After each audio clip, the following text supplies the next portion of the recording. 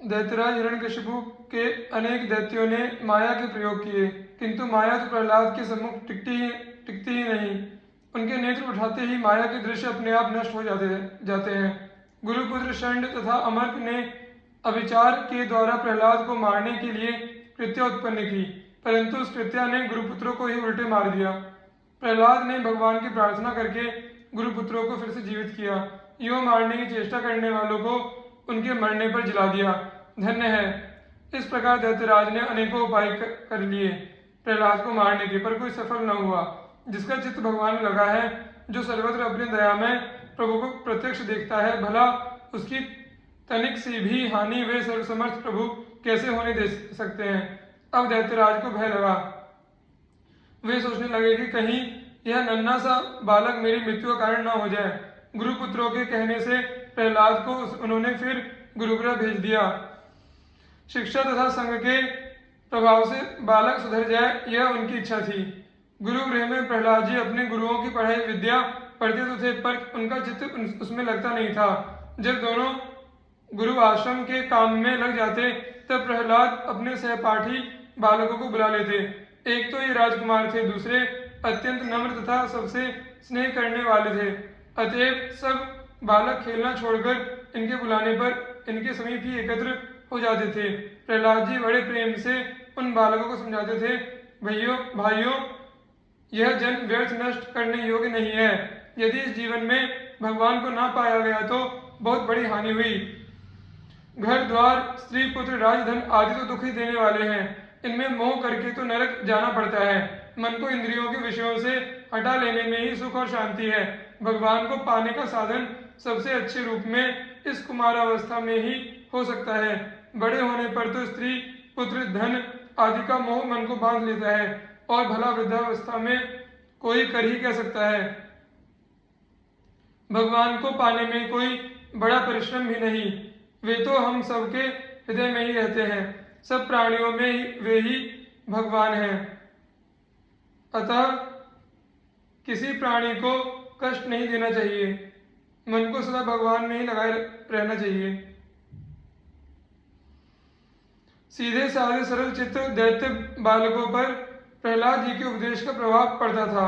बार बार सुनते सुनते वे उस उपदेश पर चलने को प्रयत्न करने लगे। शुक्राचार्य के पुत्रों ने यह सब देखा तो उन्हें बहुत भय हुआ। उन्होंने प्रहलाद को दैत्यराज के पास ले जाकर सब बातें बताई। अब हिरण्यकशिपु ने अपने हाथ से प्रहलाद को मारने का निश्चय किया।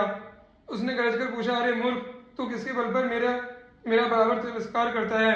मैं तेरा वध करूंगा। कहाँ है तेरा वह सहायक? वह अब तुझे आकर बचाए तो देखूं। प्रहलाद जी ने नम्रता से उत्तर दिया, पिताजी आप क्रोध न करें। सबका बल उस एक निखिल शक्ति सिंधु के सहारे ही है। मैं आपका तिरस्कार नहीं करता। संसार में जीव का कोई शत्रु है तो उसका अनियंत्रित मन ही है। उत्पथगामी मन को छोड़कर दूसरा कोई किसी का शत्रु नहीं। भगवान तो सब कहीं हैं। वे मुझ में हैं, आप में हैं, आपके हाथ के इस खड्ग में हैं, इस खंभे में हैं, सर्वत्र हैं। वे इस खंभे में भी हैं। हिरण्यकशिपु ने प्रहलाद की बात पूरी होने नहीं दी। उसने सिंहासन से उठकर पूरे जोर से एक घूसा खंभे पर मारा। घूसे के शब्द के साथ ही एक महाभयंकर दूसरा शब्द हुआ, जैसे सारा ब्रह्मांड फट गया हो। सब लोग भयभीत हो गए। हिरण्यकशिपु भी इधर उधर देखने लगा। उसने देखा कि वह खंभा बीच से फट गया है और उससे मनुष्य के शरीर एवं सिंह के मुख की एक अद्भुत भयंकर आकृति प्रकट हो रही है। भगवान नृसिंह के प्रचंड तेज से दिशाएं जलसी रही थीं। वे बार बार गर्जन कर रहे थे। दैत्य ने ढाल तलवार लेकर बहुत उछल कूद की। बहुत पैतरे बदले उसने, किंतु अंत में नृसिंह भगवान ने उसे पकड़ लिया और राजसभा के द्वार पर ले जाकर अपने जानों पर रखकर नखों से उसका उदर फाड़ डाला। दैत्यराज हिरण्यकशिपु मारा गया, किंतु भगवान नृसिंह का क्रोध शांत नहीं हुआ। वे बार बार गर्जना कर रहे थे। ब्रह्मा जी, शंकर जी तथा दूसरे सभी देवताओं ने दूर से ही उनकी स्तुति की। पास आने का साहस तो भगवती लक्ष्मी जी भी ना कर सकी। वे भगवान का वह विकराल क्रुद्ध रूप देखकर डर गईं।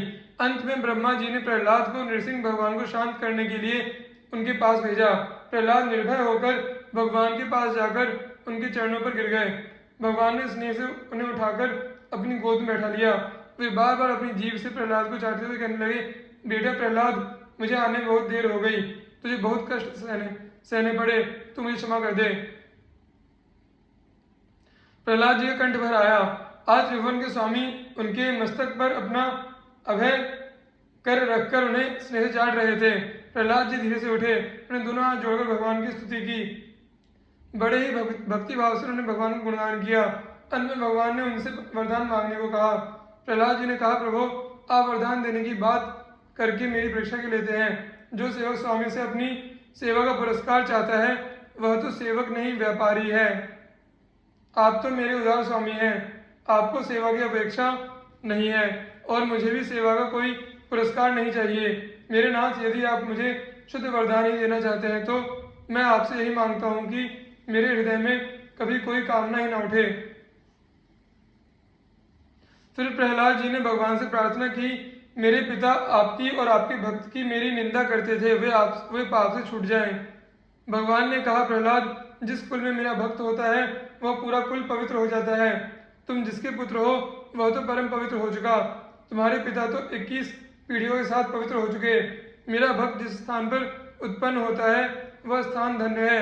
वह पृथ्वी तीर्थ हो जाती है जहाँ मेरा भक्त अपने चरण रखता है। भगवान ने वचन दिया कि अब मैं प्रहलाद की संतानों का वध नहीं करूंगा। कल्प पर्यंत के लिए प्रहलाद जी अमर हुए।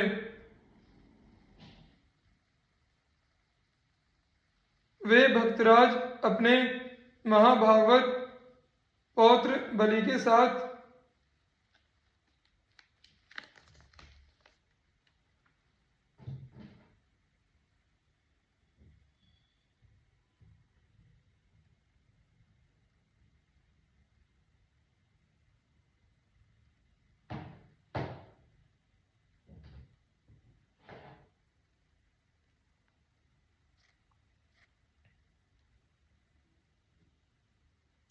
अब भी सुतल में भगवान की आराधना में नित्य तन्मय रहते हैं। श्री प्रहलाद जी भगवान के स्वरूप स्मरण रूपी भक्ति के आचार्य हैं। श्री प्रियादास जी महाराज उनकी भक्ति पर प्रकाश डालते हुए लिखते हैं, सुमिरन साचो कियो लियो, देखी सब ही में एक, भगवान कैसे काटे तरवार है, काटिबो खड़ग जल बोरिबो, सकती जाकी ताही को निहारे, चहु और सो अपार है, पूछे ते बतायो खम्भ तहाँ ही दिखायो रूप, प्रकट अनूप भक्त वाणी ही सो प्यार है, दुष्ट डारियो मारी घरे आते लई डारी, तऊ क्रोध को न पार, कहा कियो यो विचार है।